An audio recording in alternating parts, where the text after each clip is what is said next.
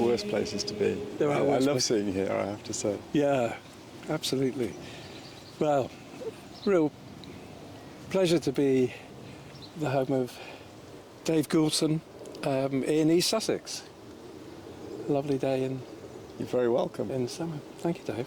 And we're going to talk about insects, conservation and ecology, the state of play for insects, and also what we can do a little bit in the face of long-term decline. So welcome to the pod, Dave. And It's a pleasure to be invited. thank you. Brilliant. Looking forward to it. Do you want to say a little bit about that thing, the state of the world of insects? Yeah, happy to. It's kind of what I've been focused on for 30 or so years. Yeah. My speciality are bumblebees, so let's start with those. Yeah. I mean, actually, I suppose I should start before that by saying there are lots of knowledge gaps with regard to insects because there are so many of them, and they're really hard to identify. We know of more than 1 million species, and there are probably at least another 4 million waiting identification. So we don't know anything about them. We haven't discovered them yet. So it's hard to say with any certainty what's happening to their populations, particularly at a global scale. But in Europe and North America, we do have long-term studies. And so to come back to the bumblebees, we had 27 species in the UK, 3 have gone extinct. About 10 have declined massively to the point where they're clinging on in little fragments of habitat here and there. So they're clearly there's been enormous declines in abundance.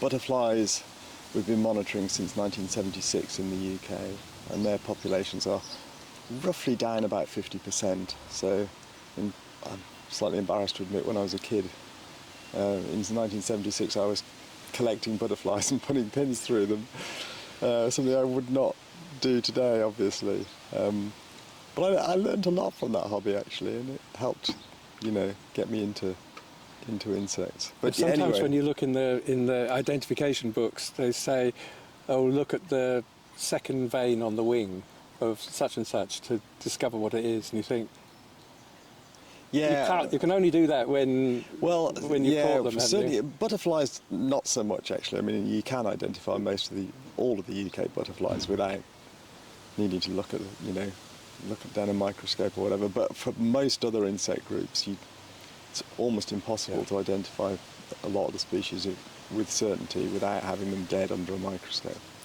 Anyway, so butterflies have. Sorry, we're going to be interrupted by the delivery man. That's brilliant. Thank you. Just plop it down, unless you need it. Thank you. Have a good day. Thanks. That's the modern way. Yes, I know. Here we are, recording a podcast. The wind's in the trees, and a visitor has just delivered. Yeah, it's actually a birthday present for 2 birthday presents for my 2 sons. Both have birthdays in June, and they won't hear this podcast until after the birthday, so we're all right. We're all right. It's they're chocolate pellets. They're both kind of real foodies, so there's 2.5 kilo sacks of chocolate for use in cooking and Fantastic. whatnot. Completely lost track. Right, insects. So bumblebees. So you were bumblebees. Yeah, I've talked about butterflies. Halved in abundance which is just sad to think that my kids are growing up in a world with roughly half as many butterflies in as the one I grew up in, and that raises the obvious kind of question, what will the world be like for their kids? Will there be any butterflies at all? There's lots of other evidence. Perhaps worth mentioning, one of the biggest and sort of strongest studies is from Germany, where they've been using malaise traps, which are these kind of tent-like structures to monitor flying insect abundance since 1989. And they published the first 26 years of that study back in 2017. That describes a 76% decline in the sort of aerial biomass of insects. Right. So actual numbers of So of it's- insect, numbers and species. Well, Yeah. so all they did in that first publication was literally weighed Right. buckets of insects. Amazing. Right. They are still working through counting them and identifying them, and the trapping is ongoing. So there's a new study coming out soon which describes what happened post 2017, and it's still going down. Yeah. You'll perhaps not be surprised to hear. The next question has to be really, well, what is it that is Driving it all. driving that all? Habitat change will be part of it, but it will also be certain compounds, insecticides, Yeah. herbicides, things that we put on our agriculture, Yeah. and use in gardens and in urban spaces. So pick up. Yeah. Those, that would be the two main things, isn't it? Is habitat change, average amount of land that has got. Certainly historically it's been massive, the habitat loss. Yeah. And still continues, particularly in the tropics, which is where most insects, most of life lives, and we're still, chopping down rainforests left, right, and centre.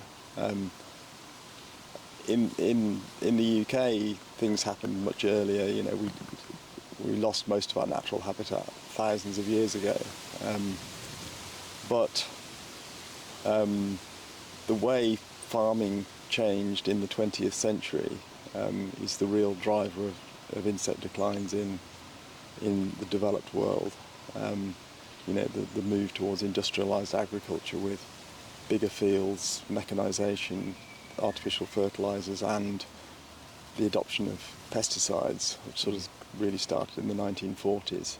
And that sort of change, farming has gone from being a system that produced less food but was fairly hospitable to life, wildlife, to a system of large monoculture cropping, which makes the land completely hostile to almost everything. You're basically, the farmer is trying to create a landscape with just one species in it, the crop, and nothing else at all. And we've become pretty good at that. But it's devastating for wildlife. There are other drivers of insect decline. I should, for completeness, mention it isn't just the way farming has changed. There's climate change is starting to have impacts, particularly on my bumblebees, which are kind of cold climate creatures. Light pollution is recently emerging as a significant problem, particularly for nocturnal insects, but also for some day-flying insects, because it's confusing the timing of their life cycles. So how's it affecting nocturnal? Well, the most obvious effect of lights at night is it disorientates moths and other night-flying insects. It's the one time you do sometimes still see a few insects flying around is when they're bashing themselves against a light at night. It's kind of interesting as to why they're attracted to lights at night. They don't try and fly to the moon, so why do they fly straight to lights? But anyway, there's theories about that, but perhaps not entirely relevant here. But anyway, it does lights draw them in, and they basically waste their energy flying round and round in circles, bashing their heads against the bulb, and often they're picked off by bats or spiders or whatever, and so that's clearly not helping.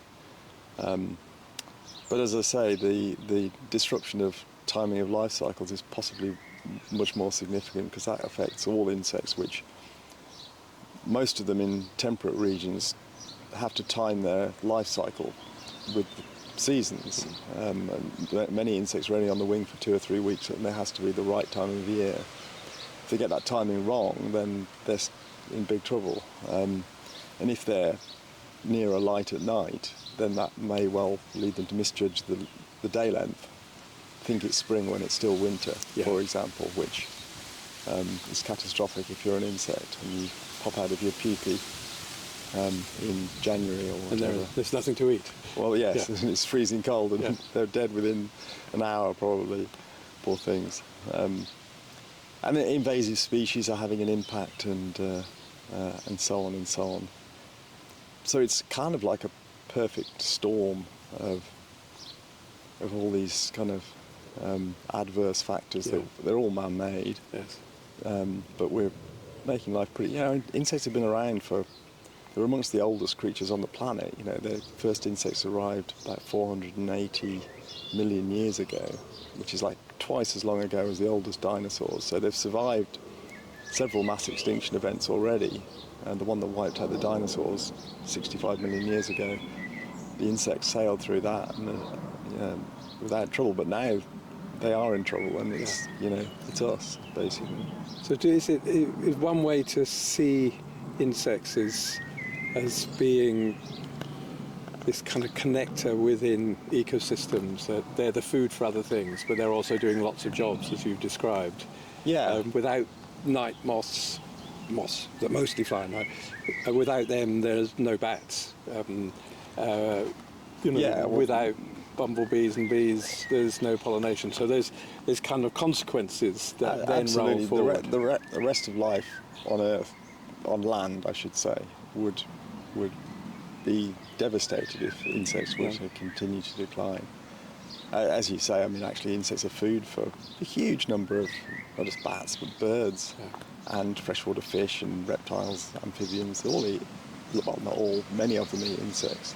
So that alone, if insects decline, and we're already seeing it, the decline of insectivorous birds has far outpaced the decline of other types of bird in Europe. So, swallows, swifts, house martins, nightingales, cuckoos, all specialist insect predators, and all of them undergoing massive declines. Flycatchers, spotted flycatchers, when I was a kid, we had them in our garden. They were common garden birds.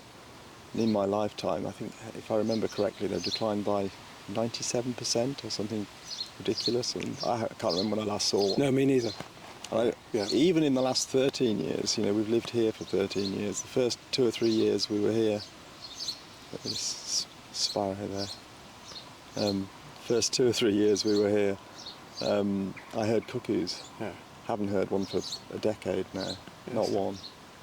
But we can hear the sparrows in the background here. We do at least have lots of house sparrows. Which is a wonderful thing. I know we're jumping topic here, but Dave, we were fearing their decline in numbers over a 30, 40-year period? 30-year period. I can remember them being part of my childhood. It was just sparrows all the time, but they've declined. But now, in the last 5 years, they seem to be come back. We've got them, little packs of them, hyper-local ones. That's the odd thing, is that they disappeared from most of our cities, apart from these little tiny pockets of just like a few gardens or a hectare or whatever, where there'd be a thriving population. Now, nobody. I recall somebody put out a reward for anyone who could explain what was going on, and I don't think it's ever been claimed. I think there must be 10 or 15 major factors: roofs, food sources, maybe toxicity of certain products. We published some research which showed that it was on garden pesticide use, and gardeners who use pesticides, and particularly who use glyphosate herbicide, on average have fewer house sparrows in their gardens. Whether that's cause and effect is,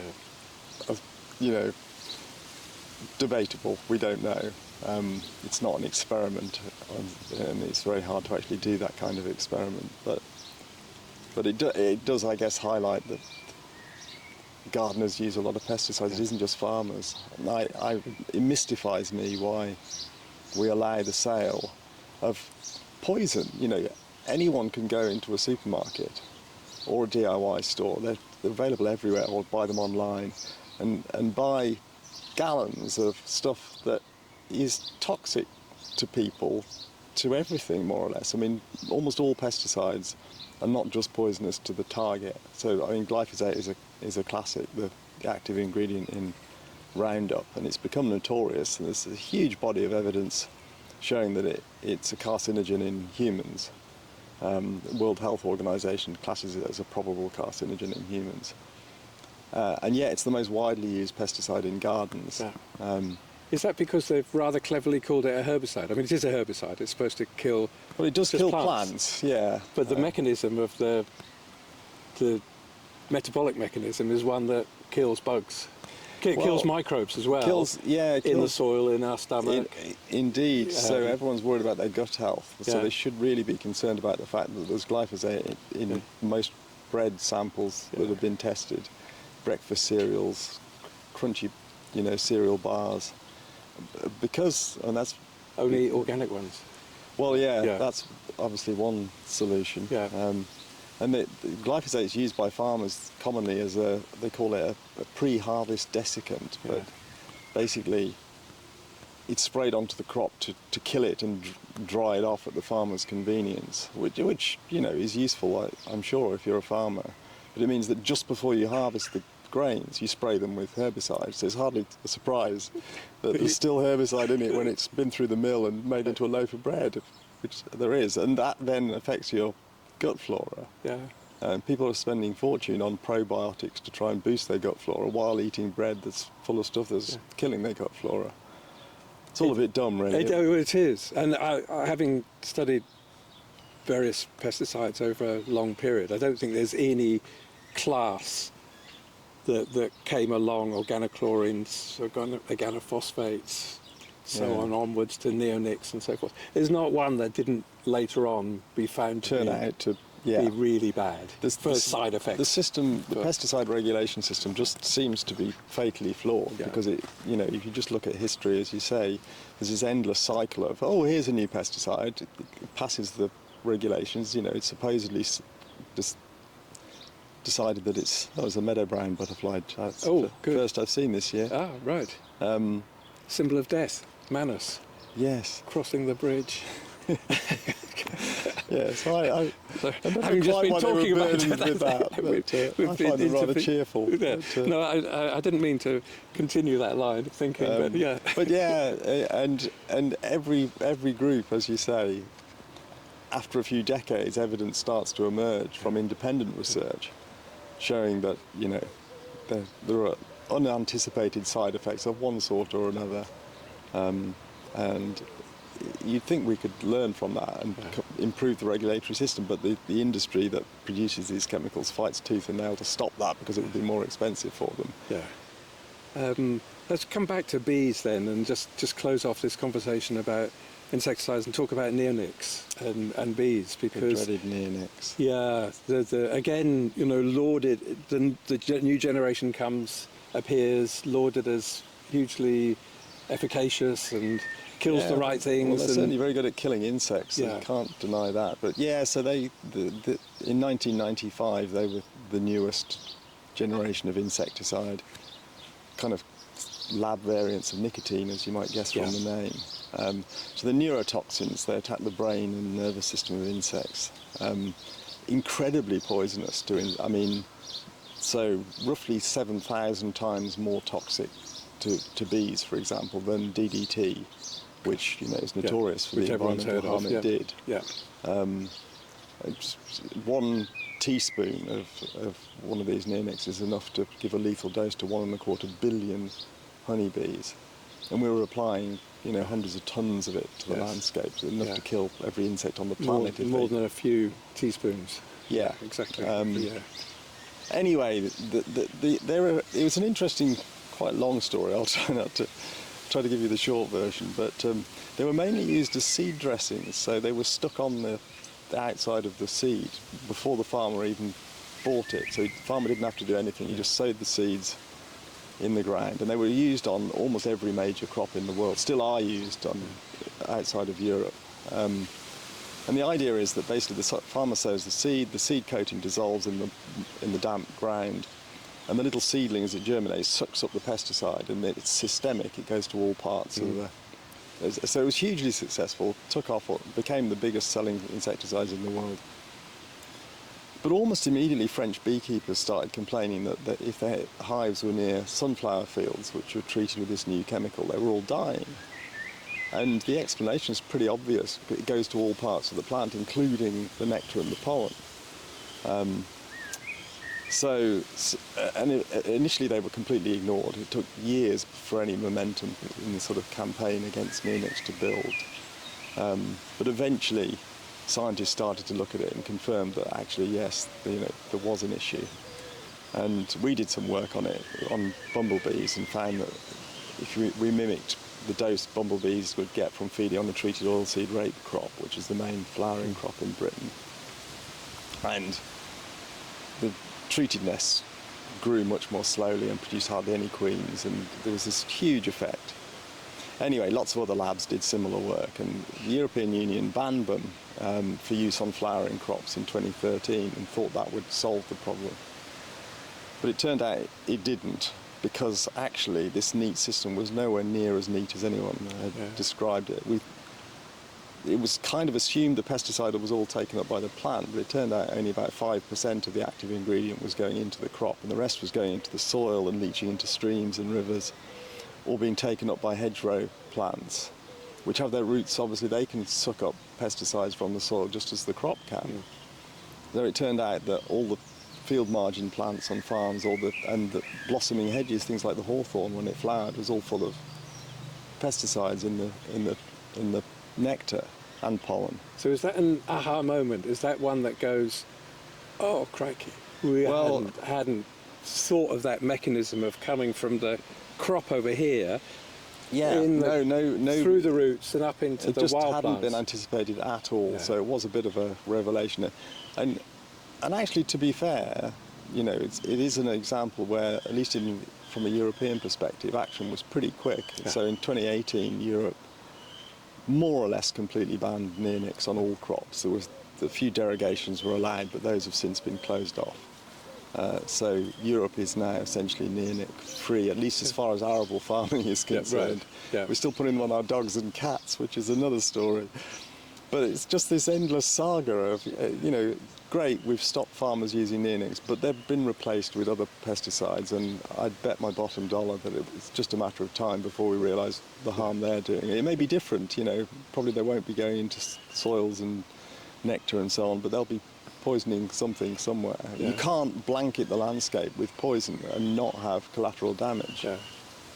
So I live in one of the national landscapes. They used to be called AONB, so areas of outstanding natural beauty, in Suffolk, on the Suffolk-Essex border, the Stour Valley, the Dedham Vale, Constable country. And there were 3 years in that patch of time that you spoke about there that we didn't see a single honeybee, not a single one. Wow. And so it's not a big sample, because it's what I saw and observed in our gardens and in the village and in the surroundings. And then the year after they were banned, they were back. Yeah, so we don't know the numbers, but they are plentiful now, both honeybees and bumblebees. I guess that does highlight insects can recover, Well, there is that then, It doesn't take long if they're given the opportunity. Unlike pandas or rhinos or whatever, which... So there's a magpie at the back here having a word to say about it. Yeah, there's some young magpies, they're noisy. Lovely. Let's go back a bit then, Dave, to what was it? How did you get interested in insects? Back a bit. Back a bit. Back a lot. Oh, yeah. Back a lot.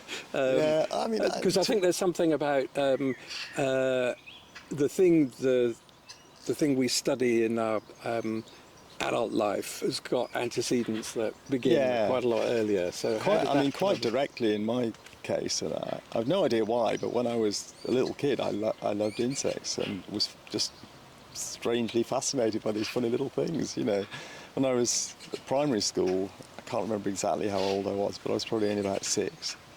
I remember having emptied my lunchbox, eaten it, I then would wander around the edge of the playground looking for caterpillars and shoving them in the lunchbox and taking them home. And I probably killed countless of the poor things because I didn't really understand that you had to have the right food plant for the right caterpillar, but I eventually learned. And I remember the first time I had some cinnabar moths, the famous sort of yellow and or orange and black stripy caterpillars, and they turned into these beautiful red and black moths. And it was just kind of magical, I thought, and I was hooked. And It is magical, actually. It is. Yeah. It's just one of life's really, amazing things that I would never tire of watching a butterfly or a moth emerge and stretch its wings out. It's just... Anyway, so I've been hooked from an early age, and I collected butterflies, when I was older. Wouldn't recommend that to anyone today because there aren't that many butterflies around, but it was sort of a common hobby when I was a kid in the 70s. But I learnt a lot from it, and I guess I've just been really lucky that I managed to make a career out of my hobby. I don't know what else I would have done with myself, to be honest. I've not got a clue. But So that was something from home. That was just something you picked up at home. In the way you just got home and school. It wasn't obviously from anyone I can think of. My parents weren't particularly into natural history. Yeah. They're both. Well, Dad was a history teacher, and Mum was a PE teacher, so no obvious link there. Who knows where these things come from? But for me, it was a teacher, a school teacher, who's very good at taking us. Rather than giving classes in the class, he took us on long walks. That sounds fun. And I ended up being an expert in these things, grasses. Oh, really? Because he knew every grass, and so I learned all the Latin names of grasses. Yeah. And I have Your brain just sucks them up when you're that Hubbard's young. book at home, and I learned every, and I've got that. a dry collection of every species in Britain. Oh, really? So Wow. I can, and it stayed with me. I've can not still remember forgotten them. that. So something, formative but that was a years. teacher, and that's often a teacher. But your experience was something earlier, wasn't it? I had in the last year of primary school, I had a teacher, Miss Scott, who took us on nature rambles and the like. But I think I was already hooked by that stage. Yeah. I mean, I loved what I learned from her, but I don't think that was where it started. Yeah. But So jumping on a bit, a lot, a number of wonderful books on bees and insects in general, the insect decline. But talk a little bit then about you've got a very successful YouTube channel of instructive, if I can put it that way, videos on what we can do to reverse the decline. What we can do about nature recovery. So moving through the science into the public engagement, which you do really well. Thank you. I try. I enjoy it, and I guess perhaps that shows. Well, maybe that's the key, actually.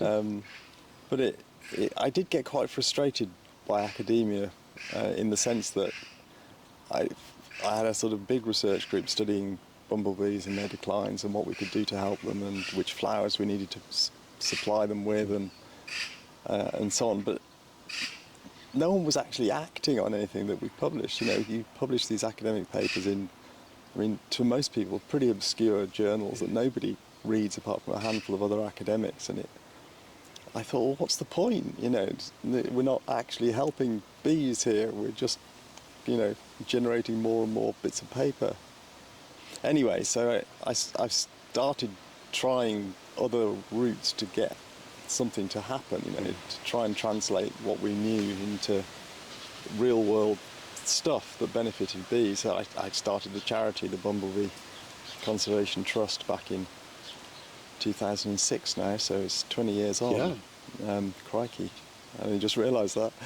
And that's pretty good. That's successful. That's been, yeah. It's got 60 odd staff. It's created a habitat for bees, meadows full of flowers and so on. It engages lots of people in making their gardens more bee friendly. I'm no longer directly involved at all, but for the first 5 years I was sort of in charge. But that's been great, and then I started writing books, hoping to kind of get to a bigger audience. There's always this thing you feel like, a bit like you're preaching to the converted, whatever you do, the people that tend to read my books, join the Bumblebee Conservation Trust, watch my YouTube channel, they're mainly people who already kind of agree with everything I'm saying. Right. They've probably already got a bee-friendly garden, so there is this sort of challenge as to how do we reach beyond that. But if they talk to, if each of those people who watches a video or reads a book talks to one other person or two other people. Yeah, well, that's the hope, isn't it? Or just that occasionally the algorithm messes up and sends someone one of my videos to someone who didn't want it, but who perhaps gets drawn in occasionally. You got to hope. Yeah.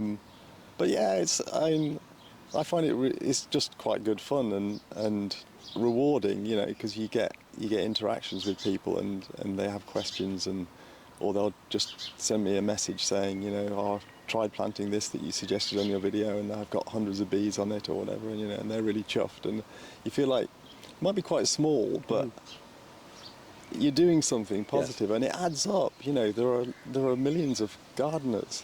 Well, kind of 20 million gardens, I think, in the UK, which is it's a lot of land, space, isn't it? I think. Well, I've heard the estimates of how much land it covers seem to vary quite a lot, but something like 500,000 hectares, but maybe quite a lot more than that according to some people. But I don't know. It's a lot of land. Yes, exactly. And just you know, that my sort of goal is for them all to be full of bee-friendly flowers and pesticide-free, and with a pond and you know, a shaggy, unkempt lawn, and all the kind of simple things that people can do. Well, this no mow May. It's a relatively recent idea. I mean, we're sitting here in long grass in the with the what we've got walnuts here. This is a cherry. We're directly under. Yeah, the mulberry there. Yeah, I do have a couple of walnut trees. I've got loads of fruit trees and nut trees, and it's a sort of wildlife / food garden. Yeah. So you could, or the sort of norm for a lot of people is to cut your grass back to. I mean, you need open areas to walk around and to mix the garden, but one bit of advice to people is to leave your lawn, not parts forever. of it. Yeah. Yeah, I mean, you can't. If you stop, some people think that the best thing to do is just to completely stop doing anything, but you'll quickly. Well, if I did that here, I'd end up fairly quickly with a bramble thicket and then eventually a forest, which would be fine, but probably not the thing you want for your whole garden. Yeah. So you did, and I don't think we yet know when is the best time to mow, but it's probably fairly safe advice to suggest if you stagger mowing, do a bit at a time. You know, so if you've got a tiny garden, that might not work, but if you've got a big lawn, cut some of it early in the year, some of it in the middle of the summer, and some of it late in the summer, and then at least there's always a long shaggy bit for the grasshoppers to hop into and so on. Yes, exactly. Yeah. But no mow May has been hugely popular. But I think they only came up with May because it sounds, you know, no mow May, it kind of rolls off the tongue. There's a slight danger that people will think that there's something vitally important about May. There isn't, as far as I'm aware. Certainly no evidence that there is, and it worries me slightly that people all get their mowers out on the 1st of June and chop everything flat, which probably wouldn't be good. Because the plants haven't set seed yet. Yeah, that's exactly. the trick, isn't it? Yeah. But it is nice that there are simple things people can do or not do. Pick a couple of things that you would say if people have got a bit of garden and they've got birds. Lots of people and feed them and encourage them. What sorts of things can they do for their? Because as you've described, you've got to kind of manage and intervene in some sort of way. You do, yeah. You need to gently kind of steer ideally without being overly tidy. Although, you know, even a super tidy garden, if it's got the right plants in it, will you know, can have a lot of wildlife. Yeah. But some simple things. Grow some native wildflowers. There's lots of evidence that native plants tend to be better on average than exotics. So I've got lots and lots. Foxgloves, for example, comfrey's great. Marjoram I've got big patches of, and they're really wonderful, pretty flowers, native wildflowers. They look lovely. Yeah. Don't use pesticides in your garden. I mean, you just don't need. Why would you spray poison where your family, you know, sits out or takes their lunch, or your pets play, or it's just madness, and there's no need in the garden. So, and don't believe those kind of rosy adverts that kind of paint herbicides, particularly in a particular way. I mean, really. I was told, yeah, and it drives me nuts. I was told the other day that someone had watched one of my YouTube videos, and the advert break in the middle was selling pesticides. Oh, God! Oh, no! How annoying. Really? I mean, obviously, I've got no control over what they show. So the algorithm had picked up something about pesticides. plants and gardens. Or, and something like that. Oh, my goodness. There's not much you can do about that, but that's an irony. Goodness. It is, isn't it? Isn't it just? So where were we? Native wildflowers, don't mow too often, don't use pesticides. If you haven't got one, make a little pond. It doesn't have to be big, but even a tiny pond, it's amazing how many insects and other critters it'll attract. Otherwise, I mean, those are the main things. Yeah. A bee hotel is always fun. I've got loads of them over there. They're sort of hidden by the wisteria at the moment, but you can probably see lovely. one or two. Yeah. I think they're a brilliant tool for engagement. I love just sitting in the spring and watching the comings and goings of mainly mason bees, but we get a few others as well. And they're really sweet, and they're good pollinators, so they're worth encouraging. Yeah. So what you're describing is a kind of wilding of the garden environment, and maybe we have farmers are now, through public policy and financial support, is all tied to environmental outcomes rather than food outcomes, which is a welcome change. So farmers are farming for food and also for wildlife increasingly. The local nature recovery strategies are going to, they're going to link up places in new ways. There's some encouragement around that.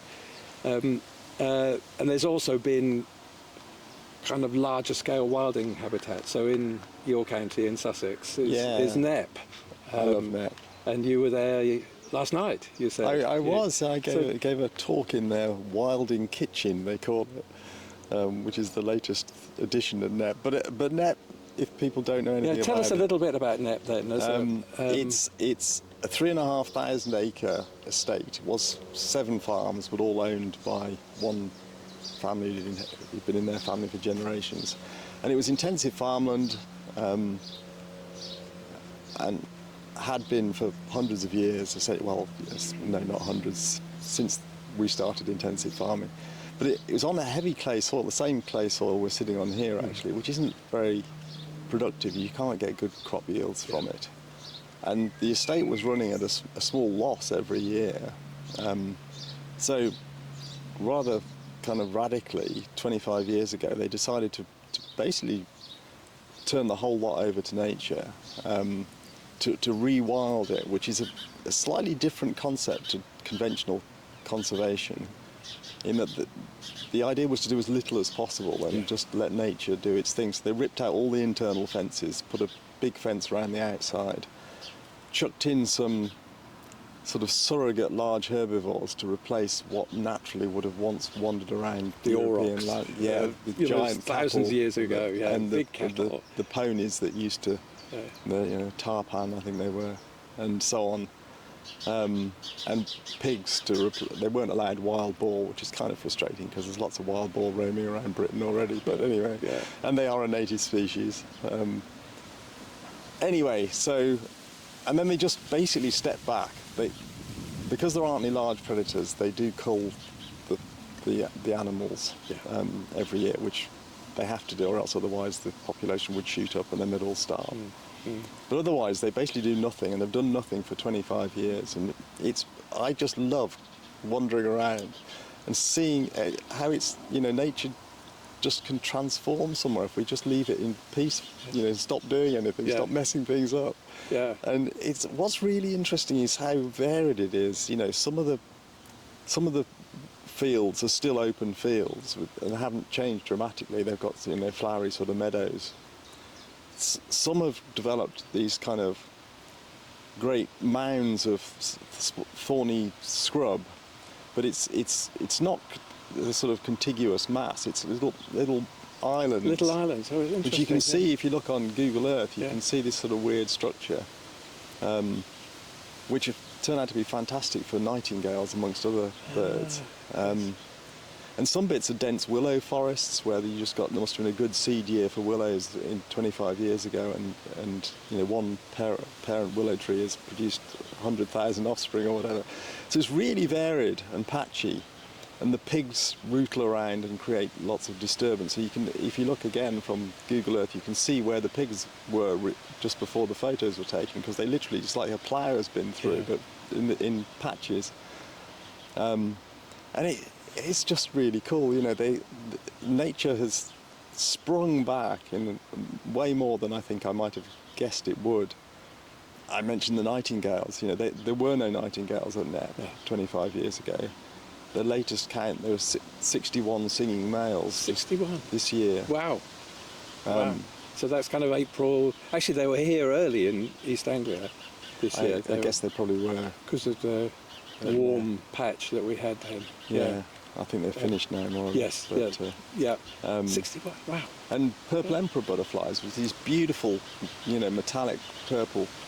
Didn't have any 25 years ago. Now it's either the best or the second best spot in Britain for them. I think it's the best spot for them. Yeah. You can, you know, if you go in the right time of year in July, you just have to stand next to an oak tree and look up, and you can see them, dozens of them sometimes swirling around. Wow. And loads of other stuff too. So is it the thing you've described there is you leave the land for a while and then lots of surprising things happen? There's a kind of emergent property. Yeah, it's hard to predict. I mean, certainly It's kind of nice, actually. Yeah. Yeah. It's you might have guessed it would all react in the same way, but must be subtle differences in the seed bank or you know, the drainage or whatever, which mean that you get this amazing kind of diversity of habitats. Microclimate as well. All just completely naturally regenerated, which... Yes.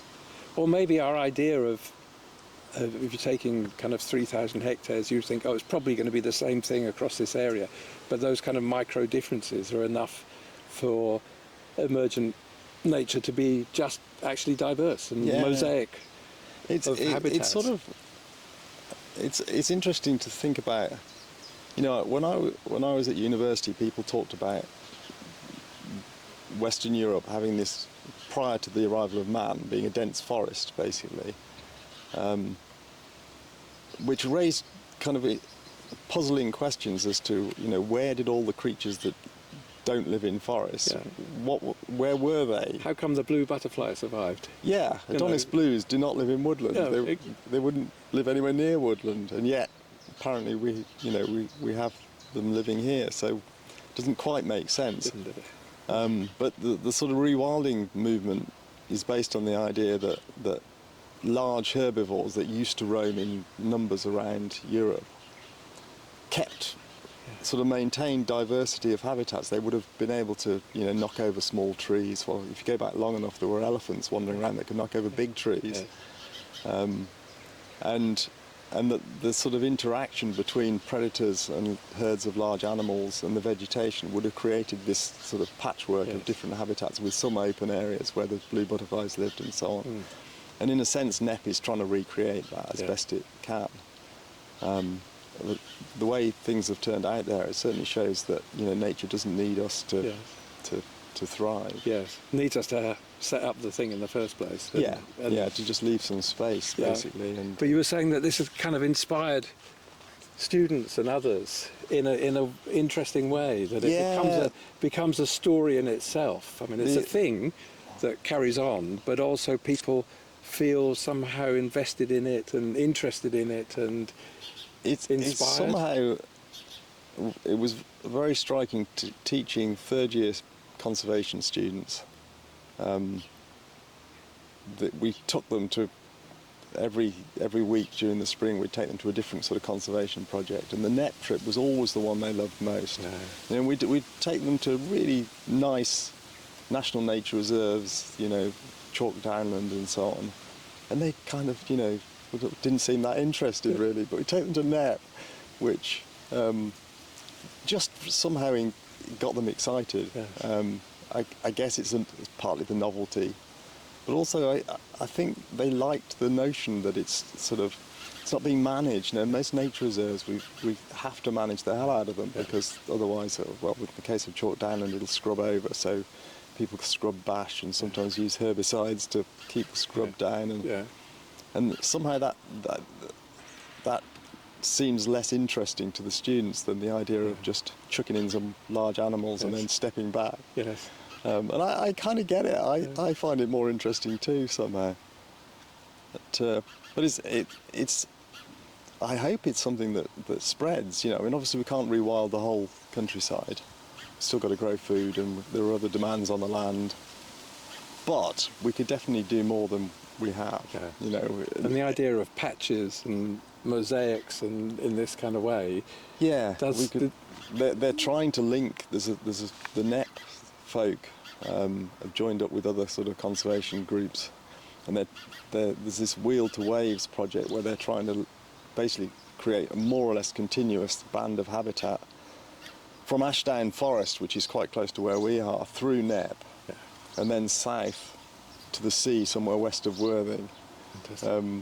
I mean, and they've got this dream of the pigs at Knepp being able to wander to the sea, which would be a hell of a long walk for the pigs. But I think that's kind of okay to have that bigger idea. I mean, it doesn't necessarily mean it'll happen or has to happen in exactly a way, but if that inspires people to think of going from small patches to bigger ones, to larger ones, and then connecting up whole landscapes. The idea that even little gardens along the way could help as little stepping stones for some creatures. Why not?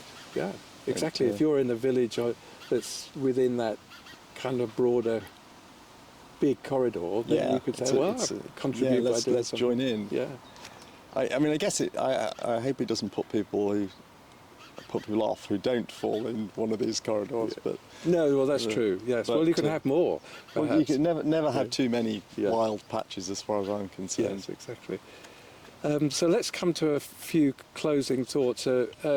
Something you're proud of achieving, perhaps against the odds. Ooh.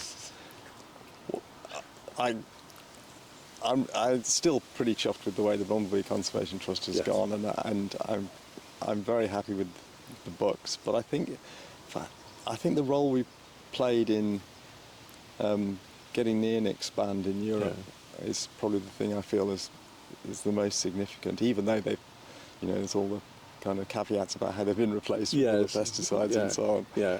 It felt like we did something, it wasn't, I must say there were lots of scientists involved and lots all over Europe and North America, but it was something that we were heavily involved in my group, and some of our papers were definitely contributed to that. Yes, exactly. It's a rare example where science actually led somewhere useful. Directly to that, but, I've talked to some recommendations from your garden, and maybe it would be just look at your garden or look at a local habitat and think what you could do differently.